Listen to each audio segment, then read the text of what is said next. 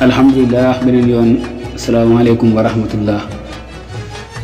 kon mbokk yi ñu dellusiwaat ci seen mawdu boobu ñu tuddee xikmatul yawmi ñu dellu safaat sunu mawdu ci fañ yemoon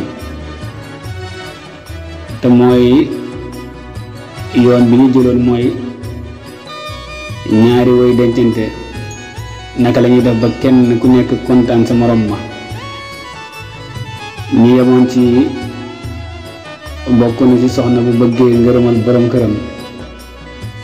isa axta at taarif taxtarif bi xatiha bi dooni xarrajin. kon ñu continuer di dénk képp kuy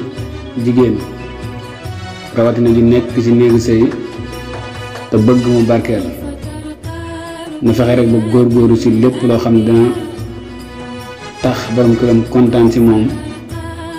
yàlla kontaan ci moom rek mu fexe ba sonn sa loola. bokk na ca isa taaqara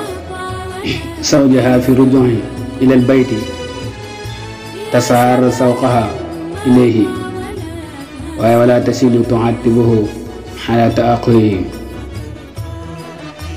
bokk na ci yi tax mu am ngërëm mooy saa bu borom këram génnee di wuti nekk ci soxla pour njaboot gi walla sax ci soxlay boppam waaye mu yéex a dellu si ca kër ga wa ngel bu ñëwee na dalal xelam teeru ko tatagal ko wàccee coonoom dalal xelam waaye bu mu yenn mukk di ko yedd ngir yéex gi mu yéex a dellu si xamoo loolu la ko fa téye. kon sa taxawaay rek mooy saa bu ñëwee rek yow fexeel ba bi maanaa leeral sa kanam xar kanam dalal ko ba xelam dal kooku su fekkoon ne nekk ci loo xam ne lu dugg la sax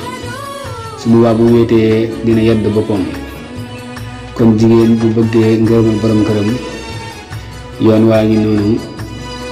boo bëgg a xam yoon bi ñu ngi lay ñaan nga abonné wu ci seen bii di Sope Farokh TV te topp émission yi